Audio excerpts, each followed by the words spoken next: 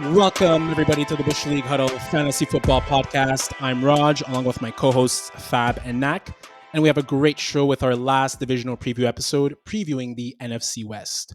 We'll have 49ers superfan and 1/3 of the Partial Breakaway Fantasy Hockey Podcast, Junior Biasi, and Rams superfan Nick Cosentini. Guys, the past 8 weeks have been an absolute blast, with 17 of our guests delivering top-notch insights every step of the way. And we'll look to close it out with a bang with Nick and Junior tonight. Some housekeeping notes. The season is coming along very quickly. So if you haven't checked our preview episodes, there's a playlist on our YouTube page, and you can find preview shorts on our Instagram and TikTok as well. We'll also have top 30 ranks for QBs, running backs, wide receivers, and top 20 ranks for our tight ends on our Linktree page as well. You could find it on linktr.ee/Bush League Huddle Podcast. So you have a ton of preview content coming along as fantasy drafts begin to materialize. Finally, we'll also be doing our inaugural listener survivor pool, $20 per entry, winner take all. So we'll be sharing that on our social media pages as well. Before we get to our guests today, Week 2 of the preseason just ended, and I wanted to ask Fab and Nacc if there were any unexpected standouts in camp that made you feel confident about drafting them, or someone you're willing to take a flyer on later in the season. Nacc? Yeah, so as we watched, I've watched a little bit of preseason so far. It's nice to get that football juices flowing for sure.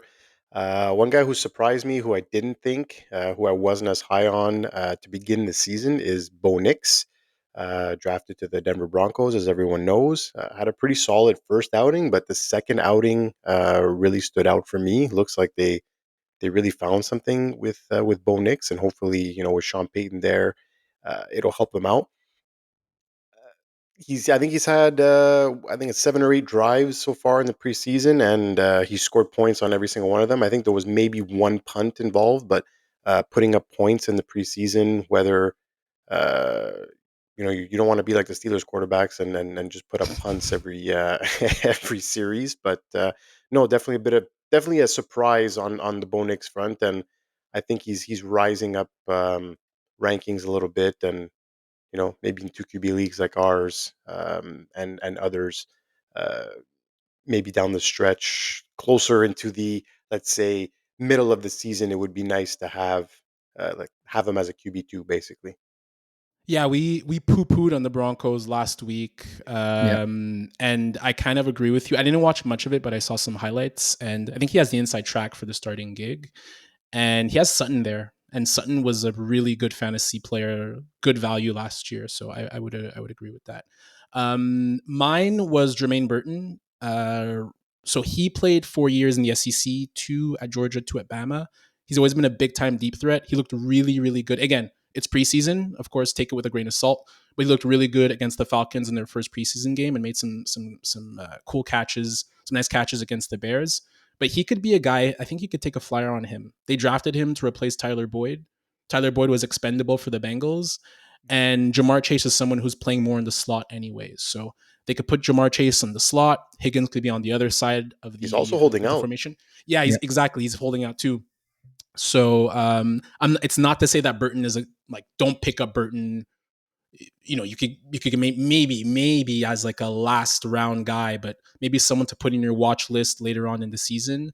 But the talent's always been there, and I think he just had some off-field issues, which is why he slid down in the draft on that front. So, Fab, I know for you, Malik Neighbors, it's been Malik Neighbors season, whether it's during training camp or preseason. What have you liked so far from him from a Vios perspective, or just overall training camp? Honestly, I'm just happy that he got targets thrown his way and he made some pretty nice catches, and it was pretty consistent. Like he didn't have crazy numbers, but there were some pretty highlight reels catches already within the first preseason game. And on like not just Malik Neighbors, but even Roma Dunze too had a pretty nice first preseason game. You want to call that with the Bears. I was not surprised, but I wasn't expecting, I guess, to have that connection with him and Caleb Williams happen so quickly. I thought it was going to be more of a dynamic first with Keenan Allen and DJ Moore, but it was good to see him already creating probably a very long-lasting connection with this quarterback, because you would think that they're going to be on the team for a long time. Yeah, I thought that was cool. And Did you guys hear about Keenan Allen showing up to camp like 20 pounds overweight? Is that a thing, or is that just rumors? Or I've been, I don't know about you guys, but I've been watching Hard Knocks. It's actually been pretty good, and he didn't like. I saw we were talking about it before the show, like 265 pounds. Like he doesn't. Yeah, no, I don't think he's No, 265. like No, he looks like he's always looked. yeah. I mean, Yeah. he plays at he basically, the way he plays, you think he's 265 pounds because he runs like a 540, but he's an amazing route runner. But I'm watching Hard Knocks. You see that Caleb, like I think the approval rating on Caleb is getting a bit higher just based off Hard Knocks. He looks like he's a natural born leader.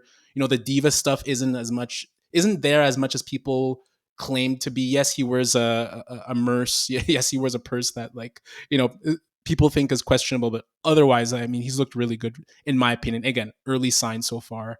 We'll see obviously when the rest of the season starts. It masks it so, like, the preseason. I hate, like, I like it, but I also Yeah, hate all the hype it creates over 100%. like nothing, right? Yeah. Like, we go back to, again, like, I feel like Kenny Pickett is going to He be the ruined. He poster boy really for this. ruined you. He Yeah, ruined you. no, but he ruined. I, No, I he think he really. ruined, but he He ruined a hurt you. lot. He I hurt feel you. like he ruined a lot of people like perspective. Because all I've heard this year is, "Hey guys, remember Kenny Pickett last year? 5 drives in the preseason, 5 touchdowns. Like they were pulling out the floats from Yeah. from the parade. Like they were. It was just it was crazy to see. Like, and he came into a regular season game, and it's like he forgot what he was doing. Like it just completely.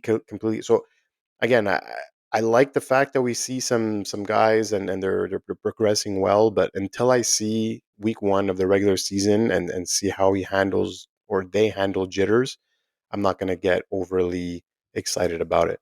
To the listeners out there in our group chat, in our Bush League group chat, like, we cannot post anything about the preseason without Nacc just like attacking us, but like, guys, it's just preseason. Like, It's Kenny just Pickett preseason. ruined you, man. He Well, hurt I mean, you. if we go off what Fab thinks, that Neighbors is already Hall of Fame bound.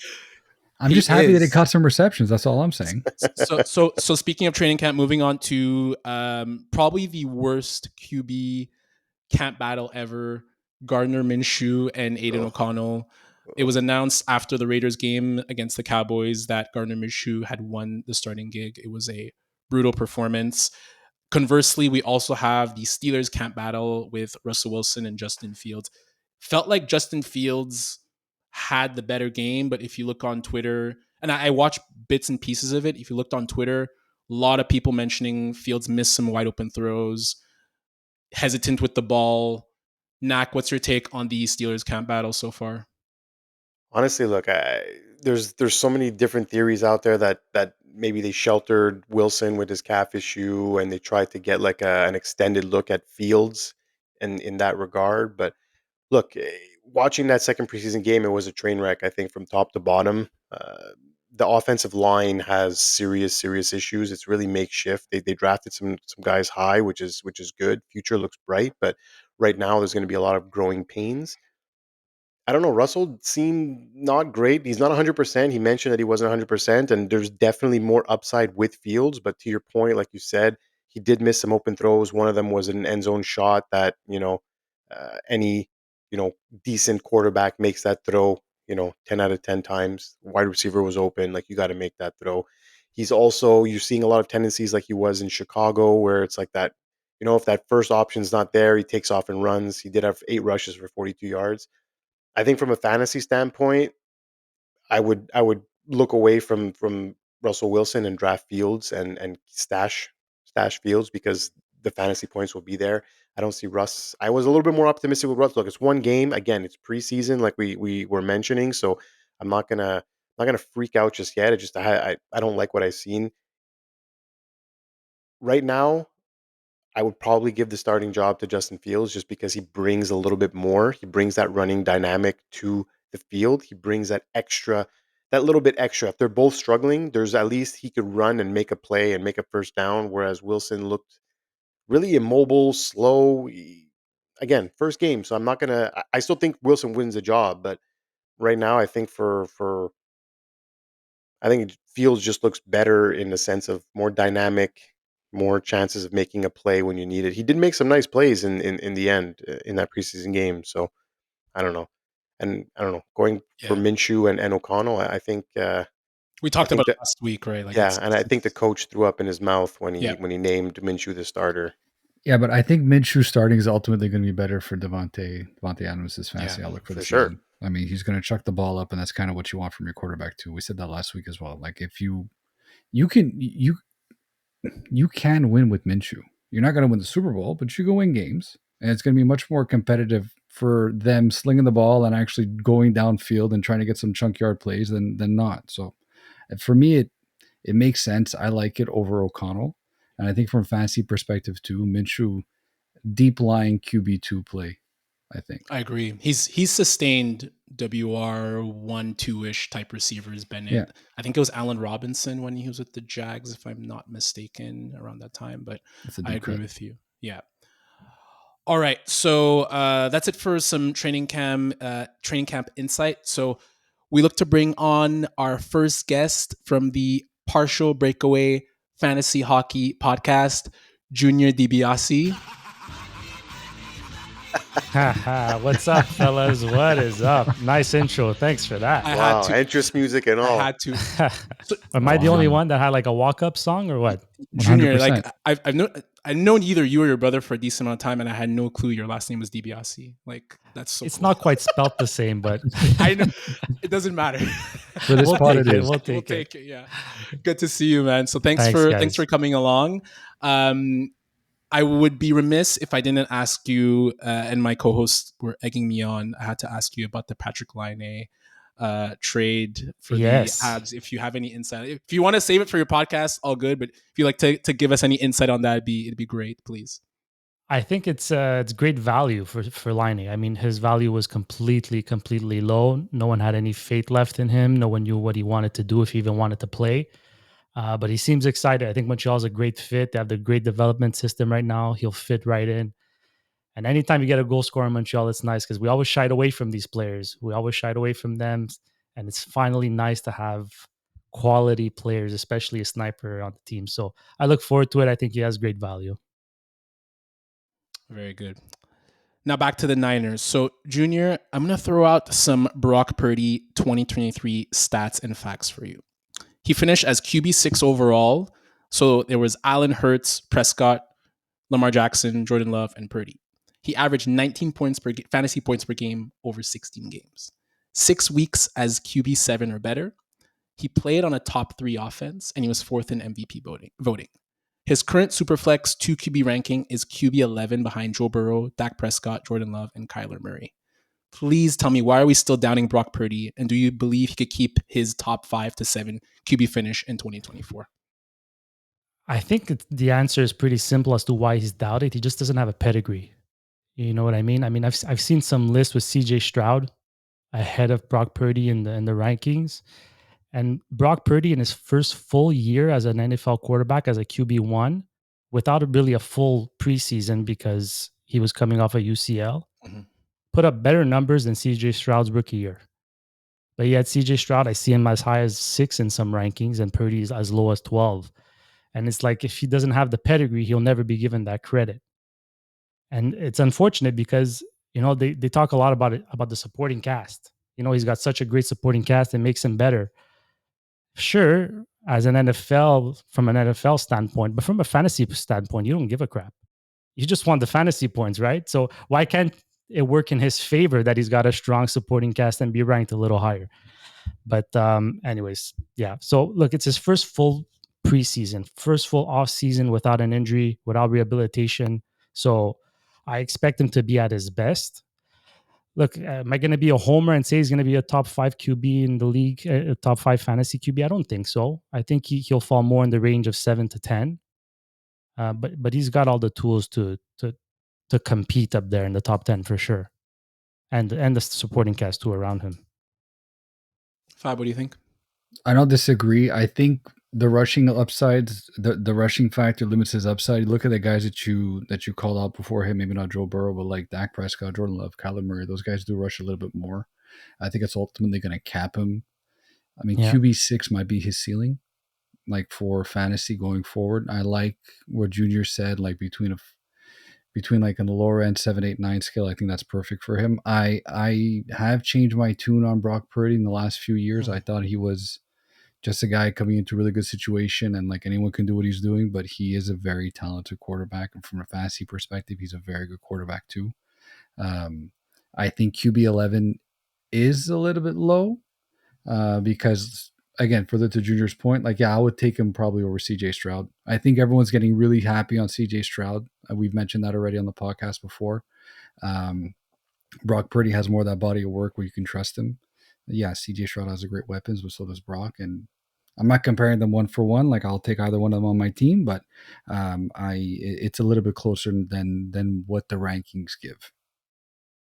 Nacc, do you bring him down a bit in case Ayuk either doesn't show up or is traded or even just comes into camp as a malcontent? Yeah, so that was pretty much my point because I mean I agreed with the label he had in his first year when they called him a game management type guy and whatever, but I've since changed my tune completely with him.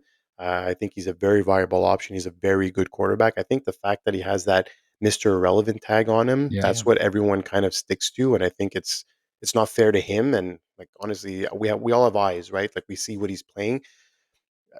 That being said, though, if he does lose Ayuk, we just mentioned his supporting cast around him, which kind of helped him be great and be Brock Purdy. I think losing Ayuk will definitely hurt. I mean, you're talking about replacing 75 receptions, almost 1,400 yards, 8 touchdowns. Um, he's the number one target in the passing game for San Fran. So any team losing their number one target will struggle. Luckily, he does have, a tight end that's there. He's got a Deebo Samuel as well. They just drafted Purcell. Does it hurt him a little bit? I think so, but honestly, in that top 12, like I'm no problem taking Brock Purdy Yeah, there. yeah. Like Junior, I'm curious your take on this as a Niners fan, because for me, anyone, and I think I changed my tune as well because it was a small sample size.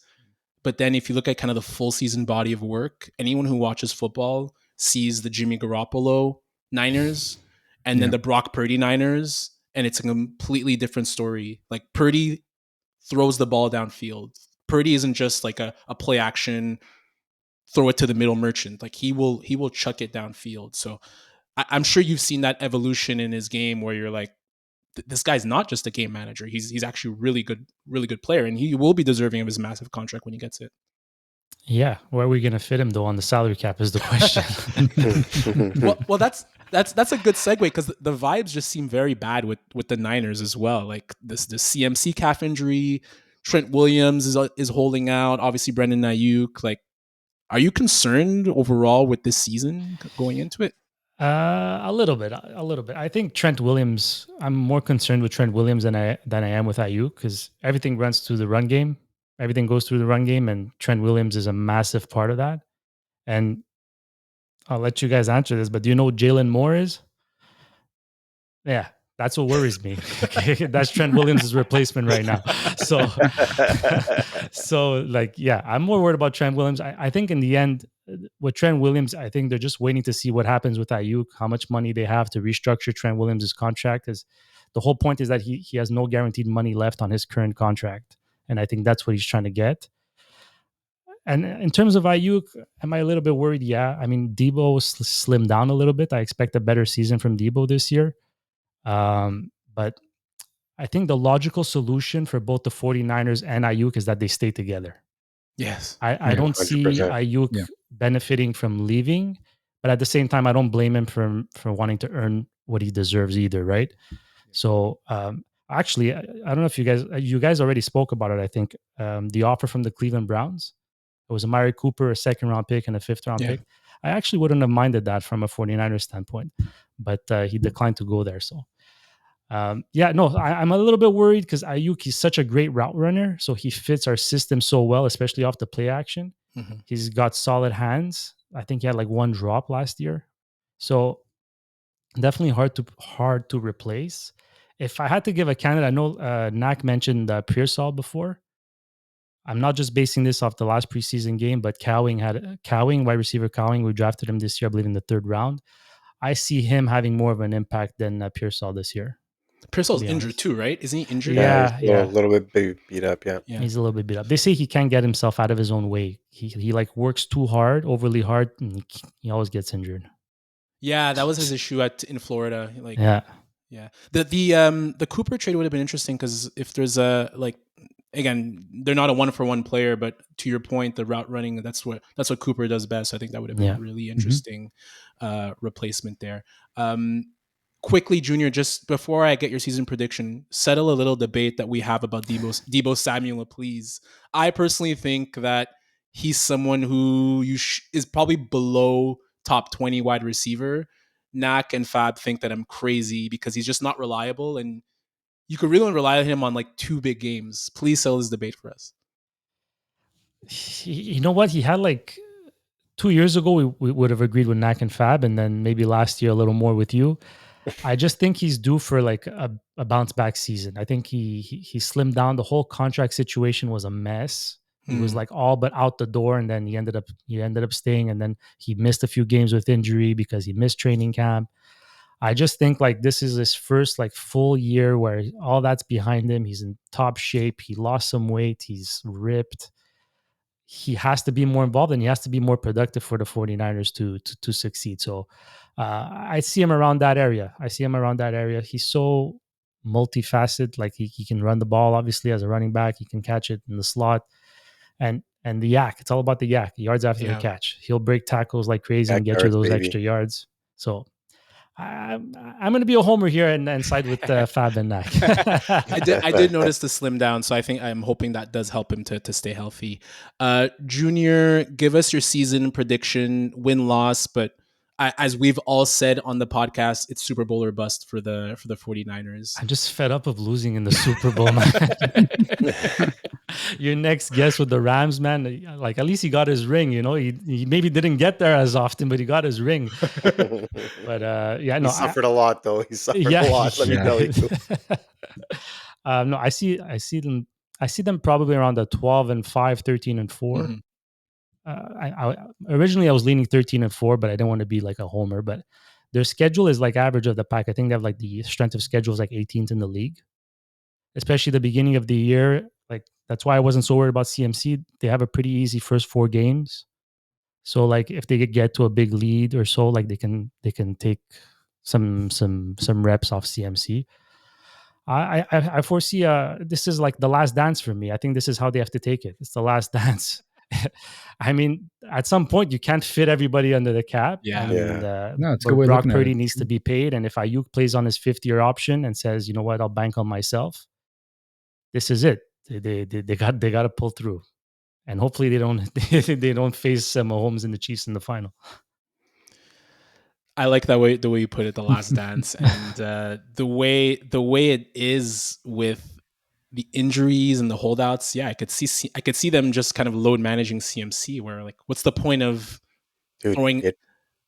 Yeah, go ahead, Nacc. He had 450 touches last year plus. Wild, yeah. And he's got a calf injury to start the year. Like, yeah. Why are you going to kill this guy? You just signed him to a 3-year extension too. Like, you want this guy healthy. You want him for the long term. Like, there's no need to, he's not in his last year of his contract. It's not his last. Like, I agree.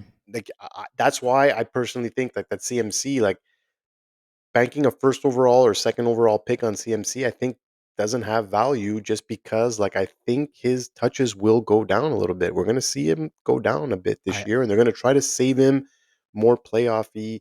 Like, look, I'm not going to sit here and say he's going to get 10 touches a game, but I don't think he comes close to 450 this year. That's for sure. Totally agree. Jordan Mason took some strides last year, and I think he had a really good offseason. They like what he's doing, so maybe it'll be able to alleviate. Do you guys mind Mitchell's still there too, right? Sorry? Elijah Mitchell's still there too, yeah. And if you don't mind, before we end it, I just want to pick your brain, because when on the NHL standpoint on our podcast, we like to use fantasy above value above replacement. Mm-hmm. So whereas like the elite defensemen there's not as many elite defensemen in the league as there are forwards. Mm-hmm.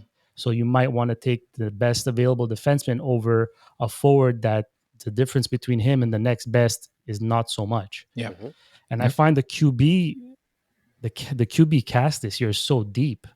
So, like, would you fade a QB after maybe, let's say, Mahomes, Allen, and Lamar Jackson, and focus maybe like if you don't get one of those three, do you go get yourself that Brees Hall in the first round instead of drafting a quarterback, or I don't know.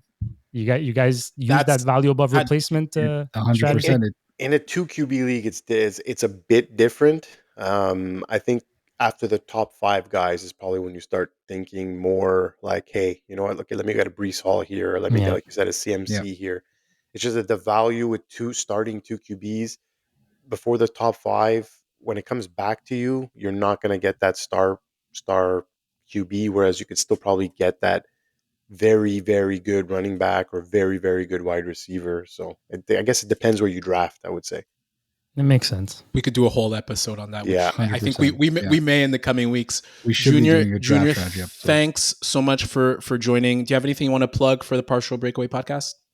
We just finished our Metropolitan Division previews. We're heading into the next 2 episodes with the Atlantic Division, which is the Montreal Canadiens, and so on and so forth. So they're probably the most popular division. I'm just going to end it with, guys, you're doing an excellent job. I love listening to your podcast. And it's funny because the idea of our podcast, the Partial Breakaway podcast, came from the NFL. 3 years ago when I was on my pat leave, every morning I was watching Good Morning Football. It was Burleson, May, and Shregs, and anyways. And I told myself, man, I wish the NHL had something as cool as that. And 2 years later, here we are. Well, hope to see you on TV one day. Yeah, the ultimate goal, and maybe one day. We'll start with streams. That means a lot, Junior. And this podcast came from a discussion I had with your co-host Nick. And he said you guys were starting something. I'm like, hey, why not start something for the NFL? So you guys are doing great as well. So looking forward to see where it goes. Thank you so much again, Junior. Awesome, guys. Thank you. Have a great season. Please check the Partial Breakaway Fantasy Hockey podcast with Junior, Nick, and Vince. All right, take care, boys. Gonna double plug our podcast here. Bye, guys. I gotta play it again.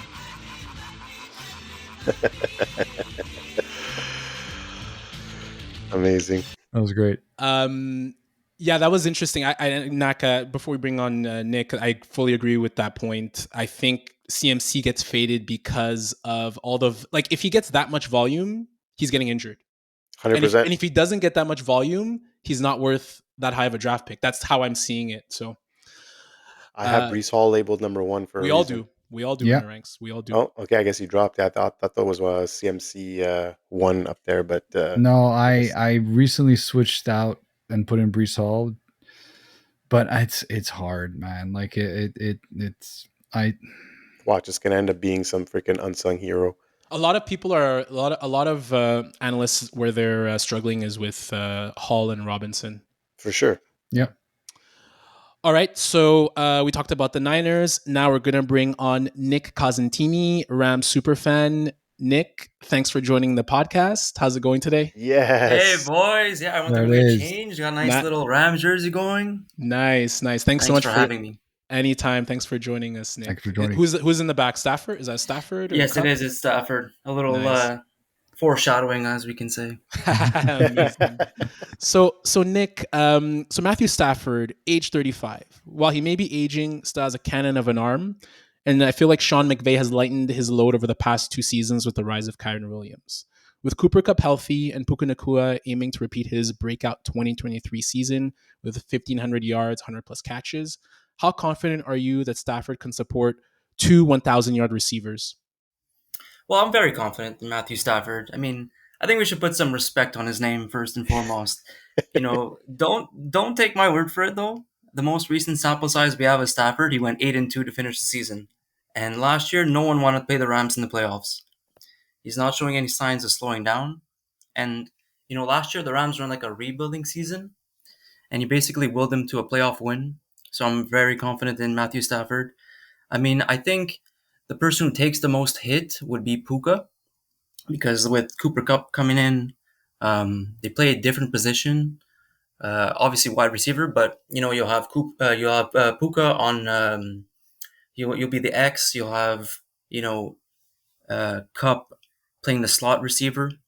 So, but I do think that Puka's numbers probably drop the most out of all 3 of them. Fab, you had Puka last year, right? No, I had No, Cooper Nick. Cup. Nick Nick had had him. no. Oh, you had Cup. Yeah, I I want to hear. drafted Cup. Yep. I want to hear your thoughts about this because right now I think Puka's going top 8 in ADP at the wide receiver position. Yeah. A bit scary for me. He had that burst sack injury as well in the elbow. So, Fab, what are your thoughts on that? Injury aside, I just think there's going to be a bit of a regression towards the mean this year. Stafford loves Cup. Cup seems to be finally properly healthy. I know throughout the last year he was battling with a lot of injuries, tried to come back, got injured again. I know because I had him. Right now for his ADP, he's going at like as wide receiver 18, which is ridiculous in my opinion. Cooper Cup, that is. I think that's a steal because he can put up wide receiver 1 numbers.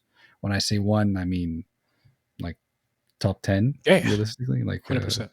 I'm not talking about like him being top 5 at the end of the season or repeating the triple crown season that he had a few years ago, which was just magical. But like you can't process like it. I don't see a world where you can count on Cooper Cup on hitting 1,000 yards, racking up close to 100 catches. I mean, that's his bread and butter. Stafford loves him. Puka, I agree with Nick. I think Puka's going to take a bit of a hit. He's still going to be a viable fantasy starter.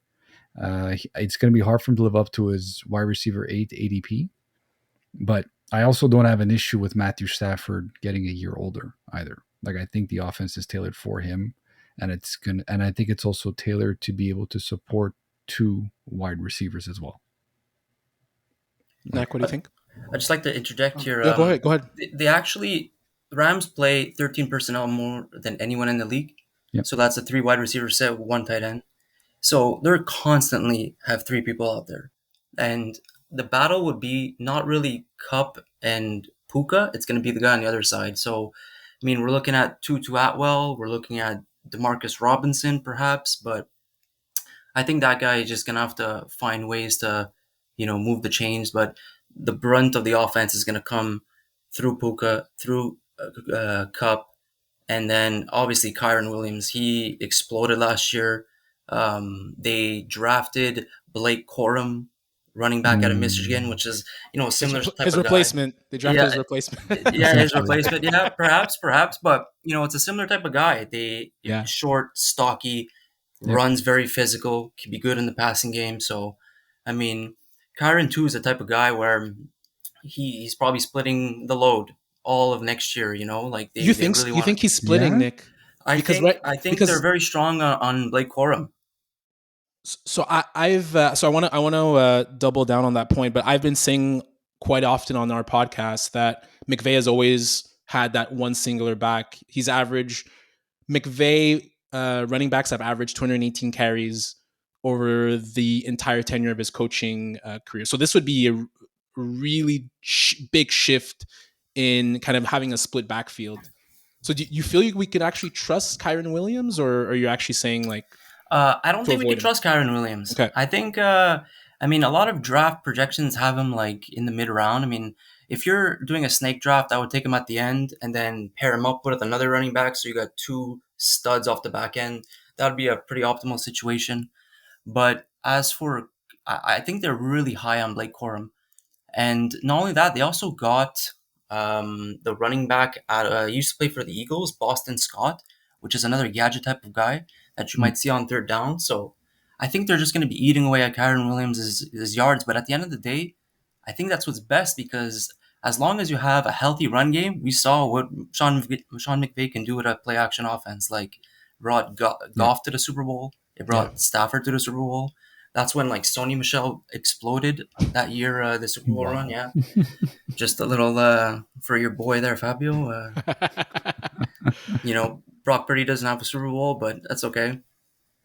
Nacc, would you fade Kyren Williams as well? Yeah, definitely not at his ADP right now. Like, there's no way I'm paying up that type of price. And I think I've mentioned it more than once on the pod that the NFL as a whole is going to more timeshare backfields. There's a lot of shying away. There's not many backfields left out there that are really like a 3 down back who's taking all the snaps and taking all the reps. Like it's very few and far between because I think now everyone is kind of saying, hey, let's keep some backs healthy. Let's get them into the playoffs. Let's limit them in. There's not going to be overly 300 carry guys. And I think McVay is a guy who can adapt. He's part of the new age, and he will adapt type thing. So I understand where you're coming from, and I agree. Where he's always had that bell cow guy who's had upwards of 200 so carries a year.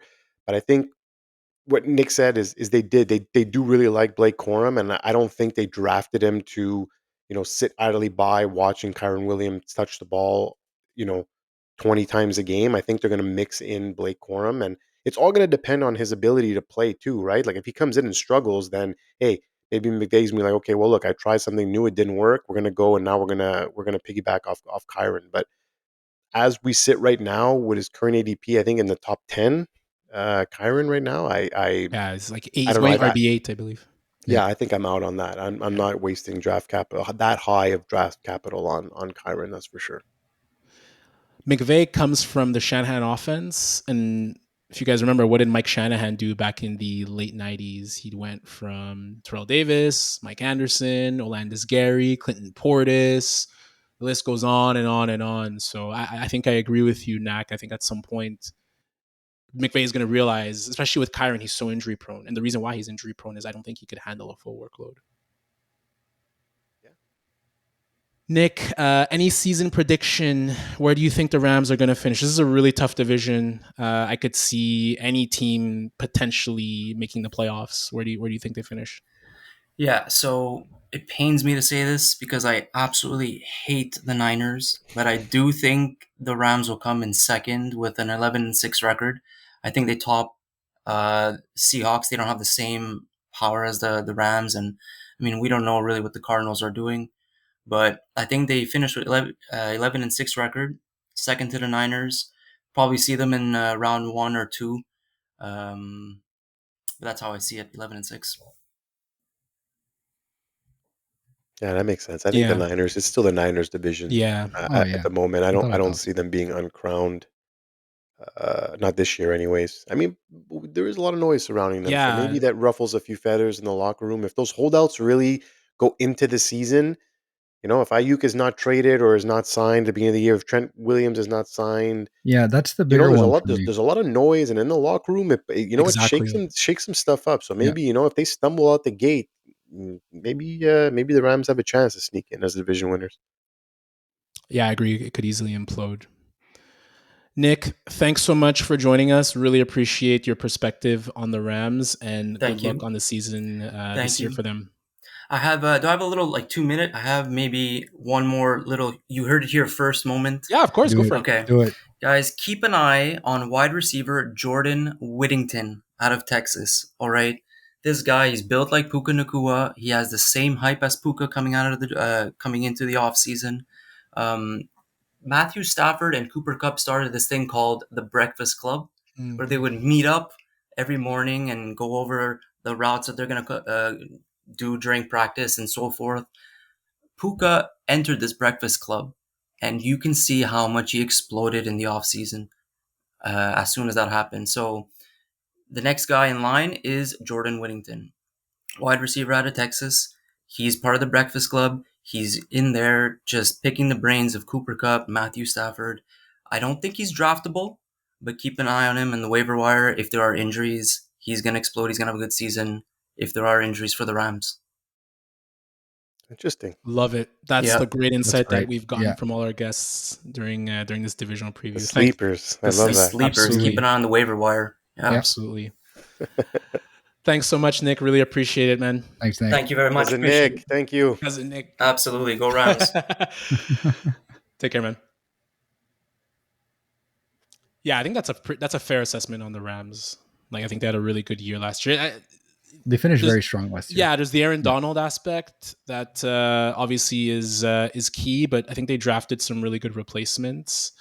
So it'll be interesting to see how they. I think offensively though, I think it'll be all systems go with Cooper Kupp back.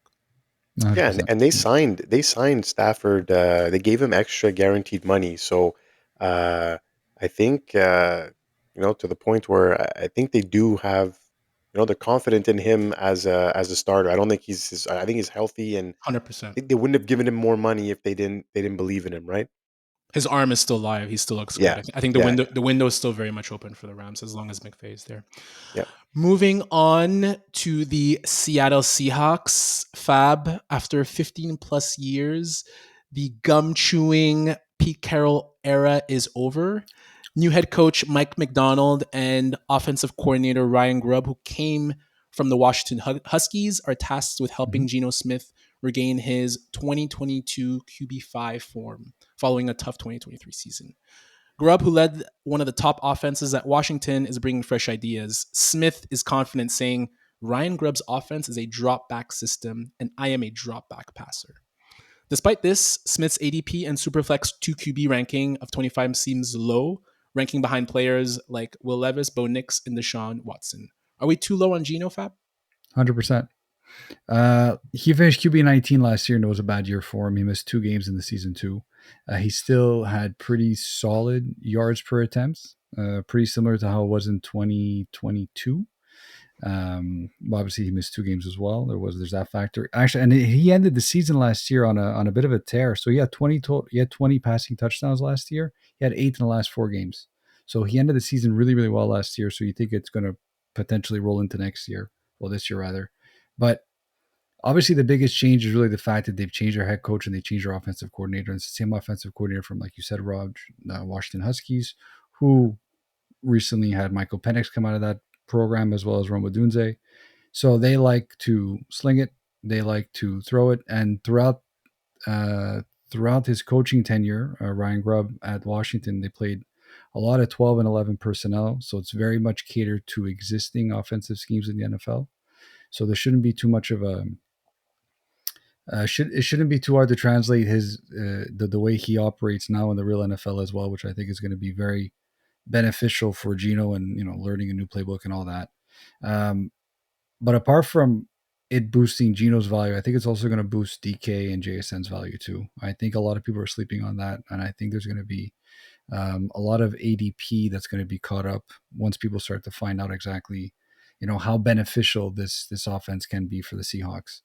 The O-line is still a concern, but it's easy for you to be hopeful. And I think if Geno's going as ADP QB 25, I think people are going to be very happy at the end of the season because he can easily outperform that. And the guys are going ahead of him, like you mentioned, are Will Levis. We spoke about Will Levis. Everyone's a little bit positive of him. Bo Nix, we spoke about him at the beginning of the podcast.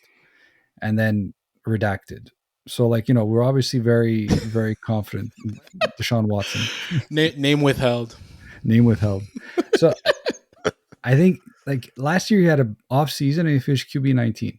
Okay. Better offensive scheme. Way better. The personnel around him is still the same. I'm buying. I'm good. I'm good for that. Nacc, what do you think? I'm selling. I was never a huge Geno Smith fan to begin with. He revived his career, which was great. Comeback Player of the Year, awesome. I think years like last year is going to be more of the Geno Smith norm. That's kind of more his ceiling. He does have great playmakers around him, and him saying he's a pocket passer is great. But as Fab alluded, the offensive line is not in the best shape. So I think he's going to be running for his life a little bit more, where you have to go out of the pocket. And I don't see Geno as a guy who's a 30 to 35 attempt type quarterback to be successful. I think they have 2 good young running backs on that team, and I think they're going to be utilized, or they'd be smart to utilize them. And he also has to learn a new system, right? Like we've seen QBs struggle the first year on new systems. So I don't necessarily think that he's going to come in and shine. He does have weapons. There's DK Metcalf, there's Lockett who's still there. JSN is going to be in his second year. Although I don't see a huge breakout season from him, unless Lockett or DK get injured. I still think those two are the number 1 and 2 on the team. But I don't know. I think he's perfectly rated. I'd rather take a chance on especially in Superflex. You're talking about QB3 now, 25, going into QB3 territory.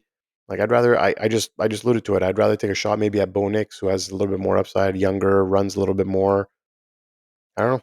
I'm selling. I think those are I think he's perfectly rated. Like you say, yeah he's perfectly rated at 25. Let's I say. think those are all fair points, Nacc. I think what brings him to, I guess, a higher ceiling, quote unquote, is the offensive line, as you guys mentioned. A lot of injuries last year. They also drafted Troy Fautanu, Mhm. first No. round pick. No, that's the Steelers who drafted him. Oh, sorry. Yeah, my bad. It's all good. I think they drafted someone. They did draft an drafted a O-line, guard. though. They A drafted an guard. O line. They drafted a guard in the 3rd round. Exactly, and they had a lot of injuries last year. They also ran the fewest plays in the league last year. They were the slowest pace, and I Oh think yeah, I remember like that. they were very very slow. They were running the ball a lot, which is good. They have two really good backs, but I think that the faster pace, the more downfield, like we forget that QB5 season he had, they were throwing the ball downfield a ton.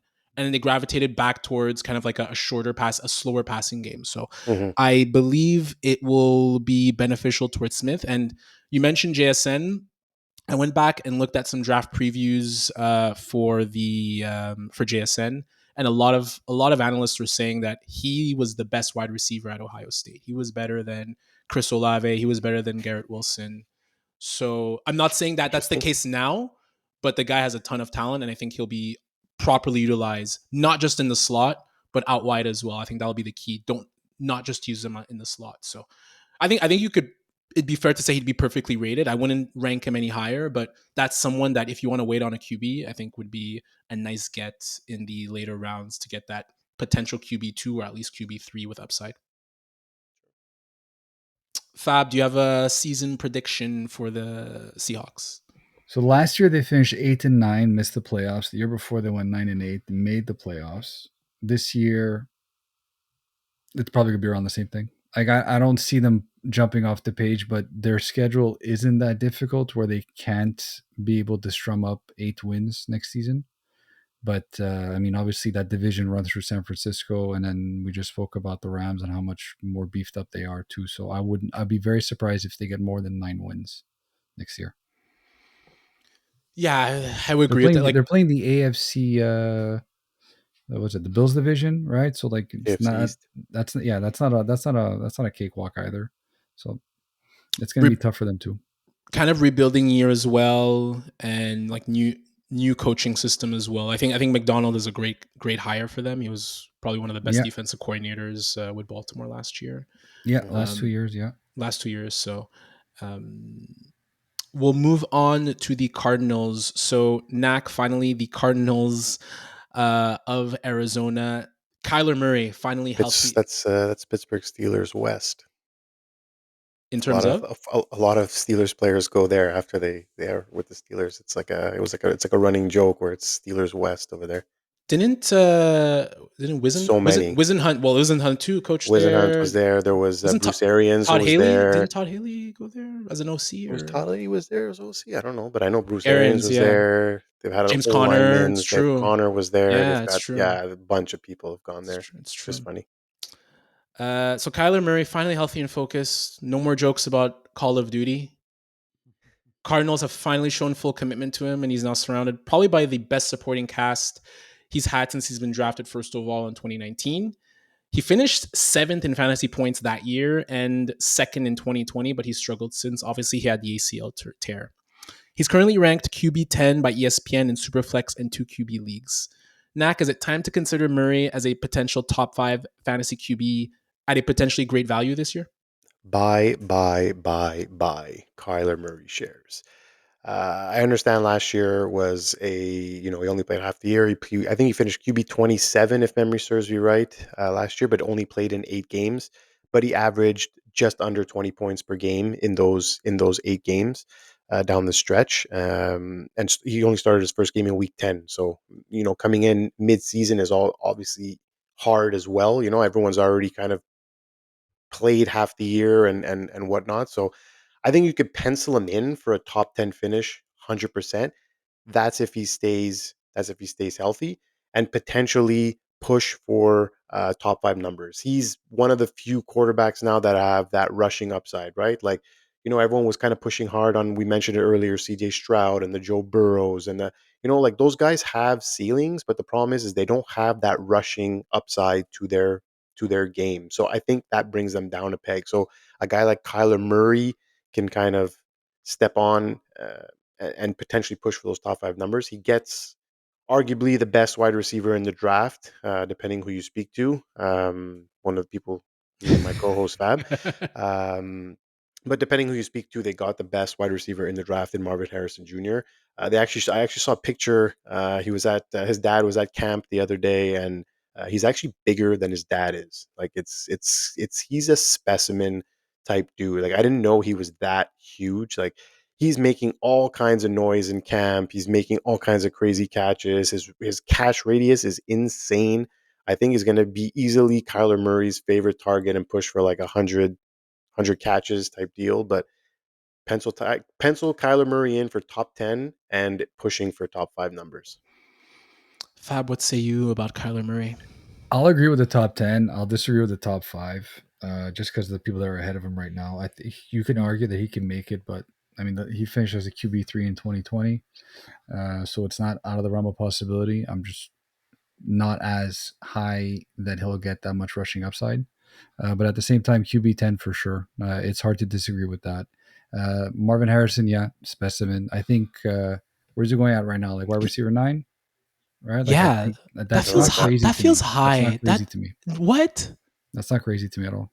Like especially like what the comp is there, 80 catches, 1,200 yards, and 8 touchdowns. Like guys, is that not possible for Marvin Harrison this year? Guys, what did Chase do? What did Justin Jefferson do? What did these guys do coming out of college? But Chase had an ADP of 78 back in 2021. Yeah, now people wised up and they realize what's coming into the draft. I agree. Marvin Harrison's going to have potentially a great year. But he was wide receiver 78. But the AB, yeah.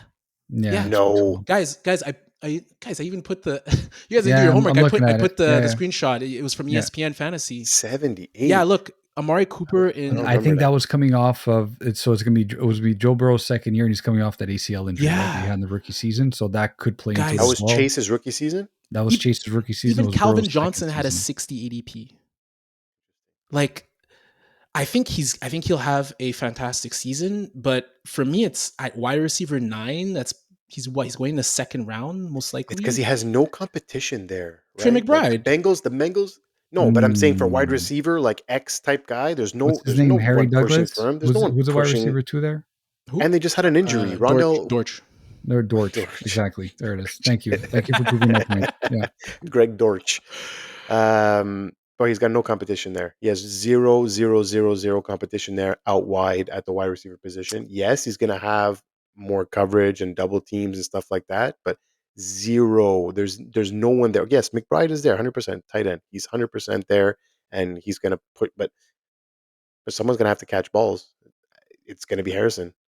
And to Fab, what he just said, like people learn from their mistakes on rating these guys way too low to start their careers. Like Chase blew up in his rookie year, right? Like that was his best. That was his best season to date. Was his rookie season. Yeah, I'm not hating the player. I just think the value for a rookie is just a little. I would peg him down just a little bit lower, just because there's guys who've done it. There's guys who've actually done it that you know for sure they're going to do it again. For sure. And I'll be hesitant if I'm going to the season, he's my wide receiver 1. I will be a little uneasy. But at the same time, I don't think it's highly unlikely that he doesn't finish with a stat line similar to a wide receiver 1 stat line. So Fab, I'm surprised you'd say that because I personally would rather just wait on.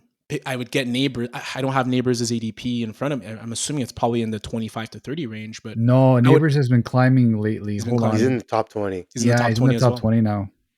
Yeah, I would give it. Okay, but if I told you today, Harrison finished with 100 catches, 1,200 yards, and 10 touchdowns, are you gonna be incredibly shocked? No. But I also won't be. That is top 10 numbers. I won't be shocked if he has a bad season either because he's a rookie. No, that I would be shocked. He's a rookie, but I'm saying history has shown us in the last few years that rookies have come in, especially the names you know, rookies have come in and dominated. So Yeah. Again, So Kyler with Murray less, has like- to stay in a wide receiver one with DeAndre Hopkins. Like he knows how to throw the right guy the ball. Like he did really well Yeah. with Trey McBride too last year in the second half of the season. Yeah. I'm not concerned with Kyler Murray not being able to get Marvin Harrison Jr. the ball. I'm not concerned with Marvin Harrison Jr. not being able to pull the ball down when it comes his way. That's why, like, if someone tells me as wide receiver 9, that stat line for him, it They're going makes to be sense. down in a lot of games too. Yeah, the defense Yeah. is rough. The defense has a lot of issues. They're going to be down in a lot of games, right? Yeah. So But at potential the for same those numbers time- to be inflated. I'll let someone else draft this. Yeah, I have one more.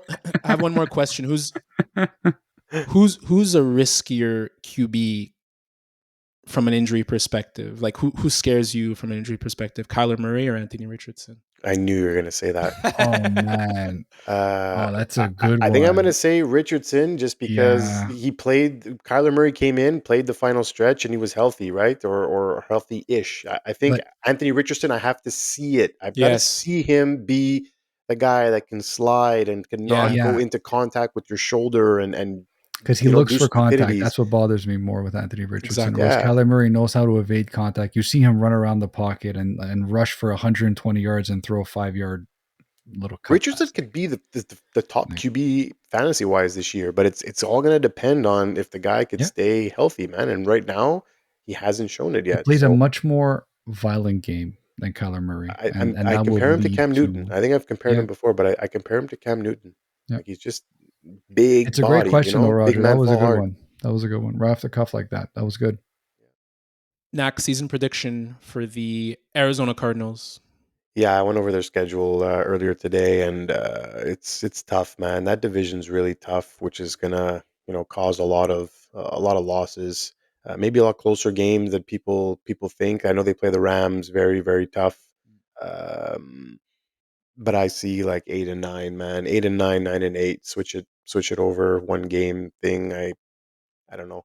That defense does not scare me at all. I think they're gonna be down in a lot of games. It's gonna be up to Kyler to win a lot of games, and I don't know if he could do it all on his own. All of you had either winning record or one game below 500 for the NFC West. So it shows that it's definitely one of the better divisions in the NFL. It's a really tough division, and the teams play each other really, really well in it. Guys, that's a wrap for the divisional previews. We did it. We weren't sure. Fun. It was very fun. That was fun. Thank you guys. Thank our guests. What was the total tally on our guests? How many guests did we have in these 8 episodes? I think it was 17. 8 division. It's ridiculous. Yeah. One of them had 3. So the first one we did. The first one had 3. First one had 3. So I believe it's 17. Beautiful. Big thank you to the guests. Big thank you to all 17 people that took the time to join us. That was awesome. As I said it early on, the guests brought it. We weren't sure how it was going to be, but every single guest was absolutely amazing. They brought facts. They brought debates. They turned arguments around. They came to play, man. They came to play. They showed up. They did their It homework. was nice. Yeah, well done. 100%. So, as mentioned, everyone, we have a ton of content coming up. Now we're going to go back to kind of regular scheduled programming. A few weeks from draft season, so expect some interesting content coming up. Again, we have our ranks. We have so much draft preview stuff from our YouTube pages, our Instagram, our TikTok, and we have our Survivor pool as well, $20, winner take all. So on behalf of Fab and Nacc, I'm Raj. Thank you everyone for listening to the Bush League Huddle Fantasy Football Podcast, and we will see you next time. Let's go. Bye-bye. Peace out.